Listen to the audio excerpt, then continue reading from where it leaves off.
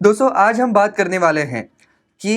HR manager के interview में किस तरीके के सवाल आ सकते हैं और उनके जवाब आपको कैसे देने हैं। तो दोस्तों सभी के बारे में हम एकदम डिटेल से जानेंगे और उन सवालों के पीछे का मकसद क्या होता है और उन्हें कैसे आंसर करना चाहिए। तो दोस्तों एचआर मैनेजमेंट में क्या होता है ये अगर आपको जानना है तो ये भी मैंने अलग से वीडियो बनाया है, लेकिन आपने अगर वो वीडियो देखा है या आपने ऐसे एचआर मैनेजर के तौर पर काम किया है तो आपको पता होगा कि आपको जो है वो बहुत सारी चीज़ों के ऊपर सुपरविजन करनी पड़ती है, बहुत सारी चीज़ें मैनेज करनी पड़ती है। तो बीइंग एन एचआर मैनेजर आपको ये सवाल ज़रूर पूछा जाएगा कि आप यदि इस पोस्ट के लिए आवेदन कर रहे हैं या एप्लीकेशन कर रहे हैं तो आपकी मैनेजमेंट स्टाइल क्या है। तो मैनेजमेंट स्टाइल जो है वो अलग अलग होती है अलग अलग लोगों की। तो कुछ लोग लीड बाय एग्जाम्पल करते हैं, यानी कि खुद वो चीज़ करके दिखाते हैं और लोगों को वहाँ पर जो है वो करने के लिए प्रोत्साहित करते हैं कि भाई इस तरीके से करना है। कुछ लोग जो है वो उन्हें गाइडेंस देते हैं, लीडिंग बाय गाइडेंस, कि अब ये करना है ये करना है ये करना है, वो खुद उसमें नहीं पड़ते हैं। तो इसका सही जवाब ये होना चाहिए, सबसे पहले तो आप ये कहेंगे कि मैं जानता हूँ कि मैं एक नए कंपनी में आ रहा हूँ, यहाँ पर वर्क कल्चर जो है वो थोड़ा सा अलग है, नए लोग हैं, इनके साथ मैं पहले अच्छा रैपो बनाऊंगा और उसके बाद जो है वो इनके काम करने का ढंग जो है वो पहचानने की कोशिश करूंगा, उसे देखूंगा और उसके हिसाब से जो है वो मैं इन्हें लीड करूंगा। और फिर आप अपनी पर्सनल फेवरेट जो स्टाइल है मैनेजमेंट की वो भी आप बता सकते हैं कि भाई मुझे जो है वो लीडिंग बाय एग्जाम्पल ज़्यादा पसंद है, कि मैं लोगों को करके दिखाता हूँ कि मुझे क्या एक्सपेक्टेड है और उस हिसाब से फिर लोग मुझे फॉलो करते हैं, या जो भी आपकी मैनेजमेंट स्टाइल है। दोस्तों अगला सवाल जो आपसे पूछा जा सकता है वो ये है कि how will you drive results. तो कोई भी कंपनी में आप जाइए, दे आर रिजल्ट ओरिएंटेड, किसी भी कंपनी में जाइए रिजल्ट तो चाहिए, तो आप रिजल्ट कैसे निकाल करके देंगे। तो ऐसे में आप जो है वो आपने पिछले कंपनी में क्या काम किया था, कौन से ऐसे इनिशिएटिव्स लिए थे जिससे कि आपने अच्छे रिजल्ट्स दिखाए थे, आपने आपके रिक्रूटमेंट प्रोसेस में क्या किया था, आपके ट्रेनिंग प्रोग्राम में क्या किया था, आपने आपके एम्प्लॉयज़ का जो काम करने का ढंग है उसे मेजर कैसे किया, उनका परफॉर्मेंस कैसे मेजर किया, उससे कंपनी को क्या फ़ायदा हुआ। ये चीज़ें फ्लॉन्ट करने का एक बहुत बढ़िया मौका सामने से आपको दिया जा रहा है। और जाहिर सी बात है कि जब आपको एचआर मैनेजर की पोस्ट के लिए जो है वो हायर किया जा रहा है या आपका इंटरव्यू लिया जा रहा है, तो आपके पास जो है वो एक्सपीरियंस होना तो ज़रूरी है। किसी फ्रेशर को एज अ मैनेजर के तौर पर तो नहीं रखेंगे, तो आपके पास जो भी कोई एक्सपीरियंस है उसे बड़े अच्छे तरीके से इस आंसर के अंदर जो है वो आप पिरो सकते हैं। आपको अब अगला सवाल ये आ सकता है कि what do you like the least about your job और अबाउट ह्यूमन रिसोर्सेज। तो जाहिर सी बात है कि ये एक ट्रैप क्वेश्चन आपके लिए हो सकता है, क्योंकि आप कोई नेगेटिव चीज़ बोल देंगे और फिर आपका पूरा टोन ही नेगेटिव हो जाएगा पूरे आंसर का, और फिर आप बहुत ज़्यादा नेगेटिव लगेंगे कि भाई ये अपने जॉब को लेकर के जो है वो बिल्कुल भी पैशनेट नहीं है। तो आपको जो है वो इसे बहुत अच्छे तरीके से बैलेंस करना होगा। मान लीजिए किसी को जो है वो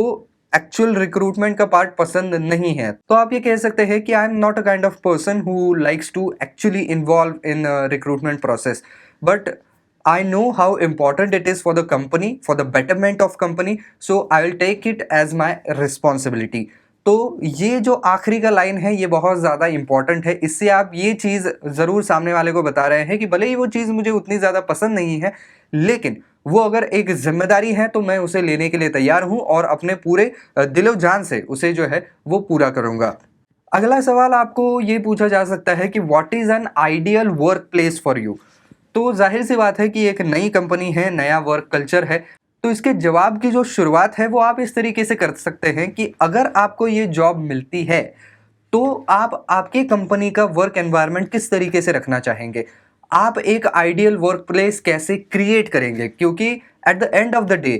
किसी भी एचआर टीम के सदस्य को जो है वो ये बात को इंश्योर करना ही होता है कि उनके एम्प्लॉयज़ जो है वो एक अच्छे वर्क कल्चर में रहे, एक अच्छा वर्क एनवायरनमेंट रहे। तो आप उसे कैसे क्रिएट करेंगे, इससे आप शुरुआत ज़रूर कर सकते हैं और बाद में कह सकते हैं कि हाँ भाई ये मेरी आइडियल वर्क प्लेस ऐसी होनी चाहिए, और आपने पहले पार्ट में ही ये डिस्क्राइब किया है कि आप उसे कैसे करेंगे और फिर आप बता रहे हैं कि क्या होगी। तो इससे आपकी एक जर्नी भी दिखती है, आपका एक विजन भी दिखता है कि भाई ये आदमी क्या कर सकता है, what he can offer to this company. अगला जो सवाल है वो एक एचआर की ज़िंदगी में एक आने वाला बहुत ही टफ काल हो सकता है या एक टफ डिसीजन हो सकता है, टफ सिचुएशन हो सकती है जिसे उन्हें कई बार फेस करना पड़ सकता है, और वो है जॉब एलिमिनेशन। किसी को अगर आपको नौकरी से निकालने की नोटिस देनी है, तो ये एक बहुत ही ज़्यादा टफ कॉल एक एचआर के लिए हो सकता है, क्योंकि ज़ाहिर सी बात है कि अगर हायर अथॉरिटीज़ ने भी किसी एम्प्लॉइज़ को फायर कर दिया है, उसे नौकरी से निकाल दिया है, तो भी ये डिसीजन जो है वो एचआर को ही उस तक पहुंचाना पड़ता है कि भाई अब आप हमारे साथ काम नहीं कर सकते हैं, हम आपके ब्राइट फ्यूचर की कामना करते हैं। तो ये बहुत ज़्यादा टफ हो सकता है, क्योंकि जाहिर सी बात है ये कोई प्लेजेंट चीज़ तो है नहीं किसी को जाकर के बताना कि भाई तुम्हें काम से निकाल दिया गया है। तो ये प्लेजेंट चीज़ नहीं है, लेकिन आप ये बता सकते हैं कि कंपनी के अच्छाई के लिए या कभी-कभार उस एम्प्लॉय की अच्छाई के लिए कुछ ऐसे टफ डिसीजन लेने पड़ते हैं, लेकिन मैं उस एम्प्लॉय को ये समझाने की कोशिश करूँगा कि कैसे इसे पॉजिटिवली लिया जाए और उसके पीछे के कारण क्या हैं भई, कि ये आपको क्यों निकाला जा रहा है। और उससे भी पहले आप ये बता सकते हैं कि पहला मेरा अप्रोच ये रहेगा कि उन्हें एक नोटिस दी जाए या उन्हें जो है वो कुछ बताया जाए कि भाई ये आपके परफॉर्मेंस में कमी दिख रही है और ये कंसिस्टेंटली दिख रही है, तो आपको एक मौका दिया जाता है कि आप अपने परफॉर्मेंस को सुधार के दिखाइए। अगर फिर भी नहीं होता है और अथॉरिटीज़ अगर ये तय कर लेती हैं कि इन्हें नौकरी पर नहीं रखा जा सकता है, तब आप जाकर के ये बोलेंगे कि भाई क्यों निकाला गया है और इसमें आपका कैसे भला है, कंपनी का कैसे भला है, और हम आपके ब्राइट फ्यूचर की कामना करते हैं। अगला सवाल जो है वो आपके काम से बहुत ज़्यादा रिलेटेड है और बहुत ज़्यादा इम्पोर्टेंट भी है। इस एक सवाल से जो है वो आपकी कैपेबिलिटीज़ को नापा जा सकता है, और वो इम्पोर्टेंट सवाल ये है कि आपके पिछले जॉब में आपने कोई डिफ़िकल्ट सिचुएशन, डिफ़िकल्ट कोवर्कर्स या कोई डिस्प्यूट आया था क्या? उसे फेस किया है क्या? और आपने उसे कैसे हैंडल किया? तो आप ये ज़रूर बताइएगा कि क्या हुआ था, और ये मत बताइए ज़्यादा कि क्या हुआ था और क्या-क्या मुश्किलें आई थी। बजाय इसके प्रॉब्लम का पार्ट छोटा रखिए, आपने सॉल्यूशन क्या दिया, आपने उसे सॉल्व कैसे किया, इस पार्ट को बड़ा रखिए आपके आंसर के अंदर, जिससे कि सामने वाले को ये पता चलेगा कि आपके कम्युनिकेशन स्किल्स, आपके इंटरपर्सनल स्किल्स, आपके मैनेजमेंट स्किल्स किस तरीके से इस प्रॉब्लम को सॉल्व करने में लगे थे और कैसे आपने उसे रिज़ॉल्व किया था। अगला सवाल जो है वो भी एक ट्रिक सवाल हो सकता है आपके लिए, और वो सवाल ये है कि क्या आपने आपके पिछले नौकरी के दौरान कभी भी कंपनी की जो पॉलिसी है उससे बाहर जाकर के, आउट ऑफ द वे जाकर के कोई काम किया है क्या? कभी आपको आपके ही कंपनी के पॉलिसी को डेविएट करने की ज़रूरत पड़ी है क्या? तो ये भी एक बहुत बढ़िया मौका है आपको ये दिखाने का कि भले ही कंपनी की कुछ पॉलिसीज़ होती है, लेकिन आप कैसे एक क्विक डिसीजन मेकर हैं और कैसे आप आपके डिसीजन को सही ठहरा सकते हैं और कैसे आप सही डिसीजंस ले सकते हैं, भले ही वो कंपनी के पॉलिसी के खिलाफ है, लेकिन आपकी विजन एक क्या है, क्या आप फार साइटेड है या नहीं है, ये इससे ज़रूर दिखेगा कि भले ही आपने कुछ हद तक कंपनी के पॉलिसीज़ को डेविएट कर दिया, लेकिन फिर भी उसका फ़ायदा क्या हुआ। इस आंसर के अंदर भी आपको जो पहले वाला फॉर्मूला था वही यूज़ करना है कि आपने कंपनी के पॉलिसी को कहाँ डेविएट किया है, ये केवल 30% होगा, लेकिन डेविएट करने से क्या हुआ, उससे अच्छा क्या हुआ, ये बताने में आप 70% लेंगे अपना। तो इस तरीके से आप इस आंसर को जो है वो फॉर्म कर सकते हैं। अगला सवाल ये है कि आप किसी अनएथिकल अगर प्रैक्टिस चल रही है, किसी अनएथिकल सिचुएशन को कैसे डील करेंगे? क्या आपके पास कोई एग्जांपल्स हैं? तो ज़ाहिर सी बात है, अगर आपके पास कोई पहले का एग्जांपल है, कोई एक्सपीरियंस है, आप उसके बारे में बताएंगे, और आप ये भी ज़रूर बताएंगे उसके अंदर कि आपने कैसे उसके ऊपर फर्म एंड क्विक एक्शन लिया है। उसके अंदर कोई भी आपने जो है वो ढिलाई नहीं बरती है या किसी के ऊपर भी जो है वो मर्सी नहीं दिखाई है। अगर कोई अनएथिकल चीज़ हो रही है तो आप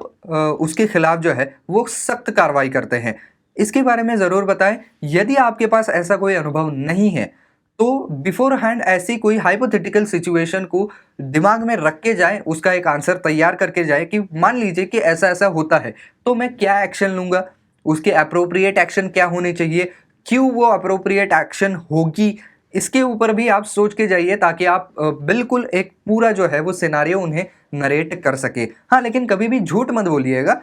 कि हाँ हाँ ऐसा ही हुआ था, जो कि एक इमेजिनरी सिचुएशन आपके दिमाग में है, उसको एज अ सच के तौर पर आप प्रेजेंट मत कीजिए।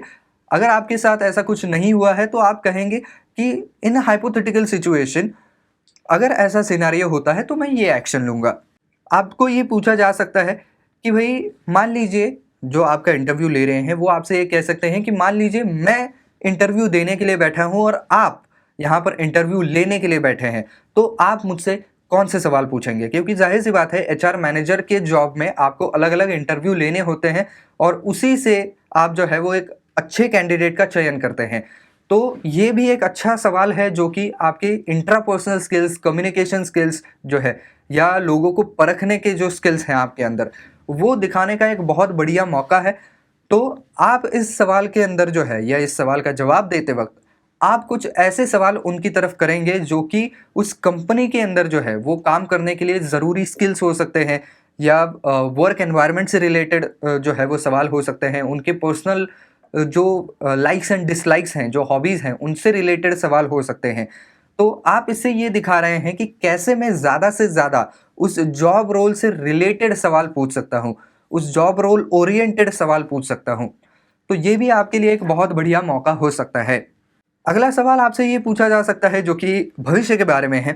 कि आने वाले 5 सालों में एचआर ये डिपार्टमेंट जो है वो किस तरीके से थ्राइव करेगा और कौन-सी ऐसी चीज़ें हैं जो कि इस एचआर फील्ड को शेप करेंगी, जो इस एचआर फील्ड का भविष्य होंगी। तो इसके बारे में आप बता सकते हैं कि आप किस तरीके से अलग-अलग न्यूज़लेटर्स को फ़ॉलो करते हैं, अलग-अलग मैगज़ीन्स को फ़ॉलो करते हैं, बड़े-बड़े कंपनियों को फ़ॉलो करते हैं कि भई वो किस तरीके से अपने जॉब पोस्टिंग्स को लोगों तक पहुँचाती है, उन्हें पहुँचाने का नया तरीका क्या है, सोशल मीडिया का क्या रोल आ रहा है। तो ये सारी चीज़ों के बारे में आप बता सकते हैं। साथ ही साथ आप आर्टिफ़िशियल इंटेलिजेंस का भी यहाँ पर ज़िक्र कर सकते हैं क्योंकि आज की तारीख में ऐसे बहुत सारे सॉफ्टवेयर्स आ चुके हैं, जो कि आर्टिफ़िशियल इंटेलिजेंस के ऊपर चलते हैं, जो आपको बहुत सारे जब एप्लीकेशंस आते हैं, उनमें से सही एप्लीकेशन, सही रिज़्यूमे को छाँटने में मदद करते हैं, जिससे कि आपका बहुत समय बचता है और आप अच्छे कैंडिडेट्स का चयन बड़े आसानी से कर सकते हैं। तो आप इस जैसे टेक्नोलॉजिकल चीज़ों का ज़रूर उसके अंदर जो है वो एग्ज़ाम्पल दे सकते हैं, जिससे कि आने वाले समय में जो है वो पैसा और वक़्त दोनों भी बचने वाला है और कम समय में अच्छे एम्प्लॉइज़ आने वाले हैं। तो कुल मिलाकर के ये कुछ सवाल हैं जो कि एकदम आपके जॉब से स्पेसिफिक हैं जो कि आपको पूछे जा सकते हैं। बाकी के जो सवाल आते हैं कि tell me about yourself, describe yourself in 5 words, where do you see yourself in 5 years, what are your strengths and weaknesses, what are your hobbies वगैरह, ये जो सारे सवाल हैं ये बड़े ही कॉमन हैं, ये हर इंटरव्यू में पूछे जाते हैं। अगर आपको इन सवालों के जवाब कैसे देने हैं ये जानना है तो ऊपर आई बटन पर क्लिक कर दीजिए, मैंने उसके ऊपर भी वीडियो बना रखा है। तो बस दोस्तों आज की वीडियो में बस इतना ही। आई होप ये वीडियो आपको पसंद आया होगा, काम का लगा होगा। तो दोस्तों अगर वीडियो पसंद आया है तो वीडियो को लाइक ज़रूर कर दीजिए, ज़्यादा से ज़्यादा शेयर कर दीजिए। कुछ सवाल हैं आपके तो नीचे कमेंट सेक्शन में आप ज़रूर पूछ सकते हैं।